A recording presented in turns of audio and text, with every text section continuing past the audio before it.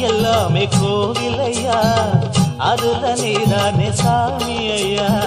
நல்லவன் தான் இவன் வல்லவன் தான்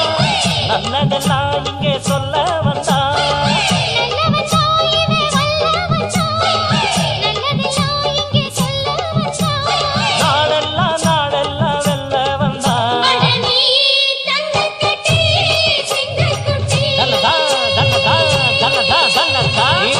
வச்ச தங்க குழ